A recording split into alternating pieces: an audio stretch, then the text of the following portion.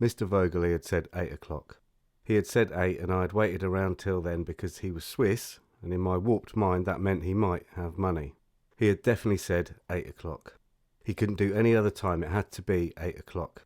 I had waited until 9 and then sometime after that I fell asleep. Now it was 10 o'clock, time to give up and go home. I was stuck to the chair. A heat wave had struck the south coast and Brighton was bearing the brunt of it. This was the hottest year on record. Maybe the environmentalists had a point. It was 10 o'clock at night and it was too damn hot. When I got home, I had an idea to run a cold bath and sleep in it. Or maybe a shower, that way I wouldn't drown. I swivelled around lazily and looked out through the blinds into the lanes. They were still bursting with tourists who only wore clothes because they had to, packed tight like fatty deposits in the city's arteries. Being the height of summer, the sky was still pale blue, and people hadn't yet been reminded they had to go to work tomorrow. Or maybe they didn't. What day was it again? Maybe it was Friday, actually, in which case I couldn't blame them. Who could sleep in this heat anyway? I could hear small, distant voices from the outer office, so I peeled myself off the chair and staggered through the door. It was Talia. She had dutifully waited too and was watching something on the laptop. "Are we calling it a day?" she asked. "You didn't need to stay. Neither did you. Except it's my job. And it's my job to assist you. How would you feel if Mr. Vogeley arrived and your assistant wasn't here to greet him?" "Secretary." "That's not what it says on the stationery." "Yeah, but you order the stationery." "Of course. I'm your assistant." This argument would keep for tomorrow. "They still haven't found her," she mused, talking about what she was watching. "Really?" I responded automatically, still thinking about Mr. Vogeley. "Is there nothing you can do to help, Joe?" "Help who?"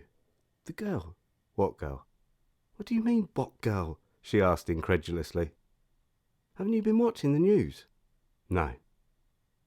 "I leave the paper on your desk every day. Have you looked at it at all?" "No." There was a loud knocking on the downstairs door, the one onto the street. More like a loud thumping. Mr. Vogeley at last.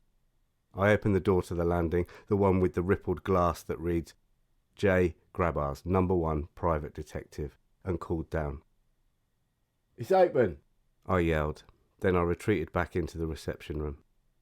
A worrying number of footsteps thundered up the stairs. His message had suggested it was just him coming, not the entire Swiss guard. "I thought the Swiss were known for their punctuality," I said loudly enough for him to hear me. Then the door opened and 4 men around my age, or maybe older, marched into the room. They were wearing polo shirts with vomit-inducing combinations of stripes, pink and blue, peppermint and white. You probably could throw up on them, and no one would be able to tell. They were unmistakably local, with their shorn heads and their gold effect watches. They had the smell of those pathetic types with the vain fantasy that they're good at golf, and the even bigger fantasy that if they were good at golf, someone somewhere would give a shit. Most obviously of all, they were not Mr. Vogeley. "Who the fuck are you?" I asked politely. The one who seemed to be the ringleader squared up to me, getting incredibly close and trying to make much more of the extra half an inch he had on me. "We're looking for Joy. We're going to search this place." I was confused, and I looked it too. "You're looking for Joy?" "If she's not here, there'll be no problem." A woman. Judging by the look of them, I hoped they didn't find her. "You won't find any Joy here." "Sorry if I don't take your word for it," he sneered.